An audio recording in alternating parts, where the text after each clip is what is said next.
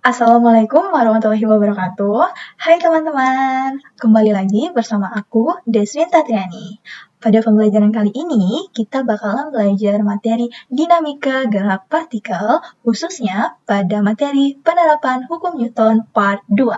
Nah, gimana? Pada part pertama kemarin kita udah belajar ya teman-teman, mengenai penerapan hukum Newton. Ada yang masih ingat nggak penerapan hukum Newton pada part pertama, pada pertemuan sebelumnya? Itu apa aja? Ayo, apa aja?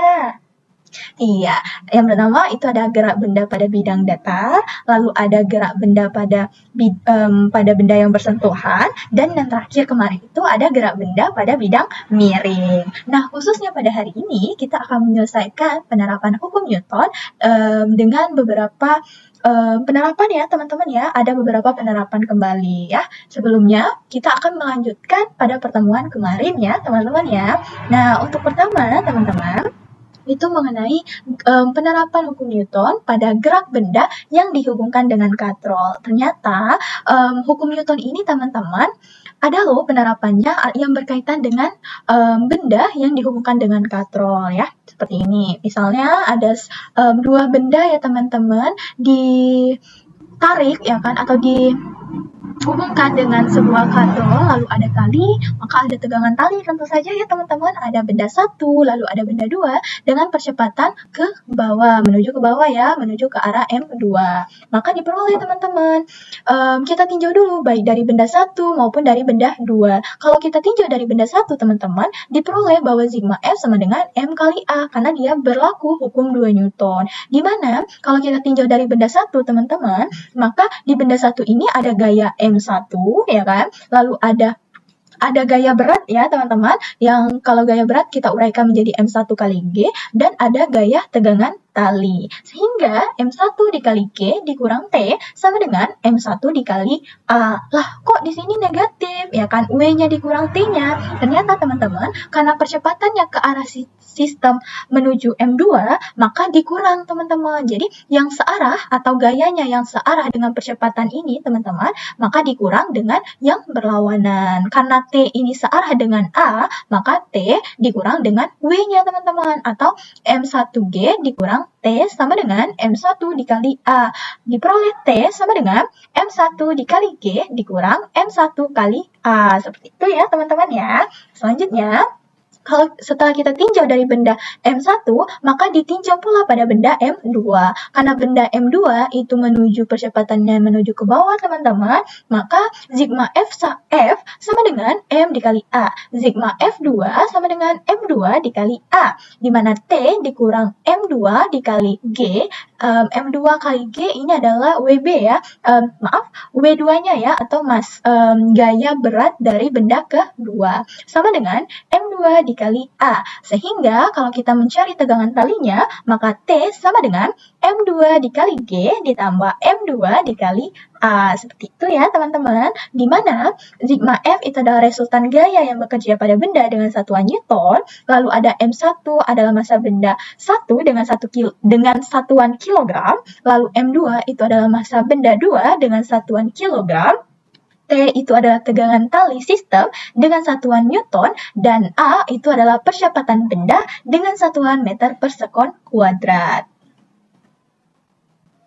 Sehingga karena tadi kita sudah memperoleh baik itu nilai tegangan, lalu tegangan tali pada benda satu dan tegangan tali benda dua ya teman-teman, maka dianggap katrol itu licin atau tidak ada gesekannya ya teman-teman ya. Maka sigma F1 itu sama dengan sigma F2. Maka M1 dikali G dikurang M1 kali A. Lalu sama dengan M2 dikali G ditambah M2 kali A. Lalu kita masukkan teman-teman. Baik, M1 kali G dikurang M2 kali A sama dengan M1 kali G ditambah M2 kali A. Seperti itu ya teman-teman ya. Maka diperoleh teman-teman M1 kurang M2 kali G sama dengan M1 ditambah M2 kali A. Seperti itu ya teman-teman ya. Maka didapatkan bahwa A sama dengan M1 dikurang M2 per M1 tambah M2 dikali G.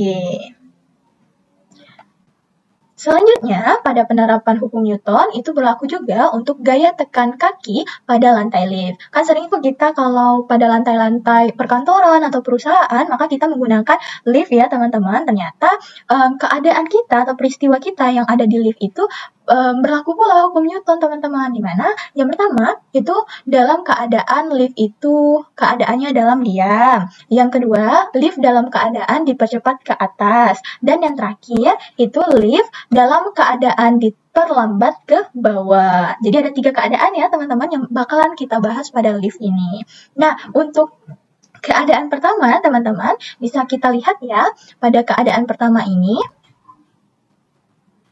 dalam keadaan diam bisa kita lihat pada gambar di mana ada seseorang yang berada di lantai lift tetapi lift ini dalam keadaan diam, maka pada kejadian itu ada gaya normalnya dan ada gaya beratnya. Sehingga pada penerapan hukum Newton ini berlaku hukum 1 Newton karena dia berada dalam keadaan diam atau tidak bergerak. Maka sigma F sama dengan 0, sigma Fy sama dengan 0, maka N dikurang M dikali G sama dengan 0. Kenapa sigma Fy? Karena dia hanya berpengaruh terhadap sumbu Y saja teman-teman, tidak ada sumbu X-nya ya. Seperti itu. Maka diperoleh karena Mg itu sama dengan W, maka pindah ruaskan teman-teman. Jadi N sama dengan W atau gaya normal itu sama dengan gaya beratnya. Baik sigma F itu adalah resultan gaya yang bekerja pada benda dengan satuan Newton. Lalu ada N itu adalah gaya normal dengan satuan Newton pula. Lalu ada M itu adalah massa benda dengan satuan kilogram, lalu ada G itu adalah percepatan gravitasi dengan satuan meter per sekon kuadrat, dan W itu adalah gaya berat benda dengan satuan Newton. Selanjutnya itu dalam keadaan lift bergerak ke atas dipercepat. Bisa kita lihat ya teman-teman pada gambar di mana terdapat percepatan yang diberikan pada lift tetapi percepatannya ke atas. Maka ada gaya normal dan ada gaya berat. Tentu saja ya teman-teman. Maka berlaku hukum 2 Newton karena dia mengalami percepatan. Maka sigma F sama dengan M dikali A, sigma Fy sama dengan M dikali A, N dikurang M kali G sama dengan M dikali A. Sehingga teman-teman gaya normalnya N sama dengan massa dikali percepatan gravitasi ditambah massa dikali percepatan benda atau percepatan sistem ya. Seperti itu. Terakhir teman-teman, penerapan hukum Newtonnya itu pada lift bergerak ke bawah tetapi diperlambat. Jadi ada seseorang yang berada di lift tetapi liftnya itu bergerak ke bawah sehingga ada percepatan yang menuju ke bawah. Berlaku pula hukum 2 Newton ya teman-teman ya. Maka sigma F sama dengan M dikali A. Sigma Fy sama dengan M dikali A. Maka Mg dikurang N sama dengan M dikali A ya. Maka diperoleh N ya kan sama dengan M dikali G dikurang M dikali A. Seperti itu ya teman-teman ya. Di mana sigma F itu adalah resultan gaya yang bekerja dengan satuan Newton. Lalu ada N yaitu gaya normal dengan satuan Newton. M itu adalah massa benda dengan satuan kilogram. Lalu ada G itu adalah percepatan gravitasi dengan satuan meter per sekon kuadrat. Dan A itu adalah percepatan benda dengan satuan meter per sekon kuadrat. Nah, mungkin itu aja ya teman-teman mengenai materi penerapan hukum Newton baik part 1 maupun part 2-nya. Nah, semoga teman-teman di sini materi yang aku sampaikan itu bisa membantu teman-teman dalam memahami penerapan hukum Newton ya teman-teman. Tetap nantikan pembelajaran selanjutnya teman-teman. Bye-bye.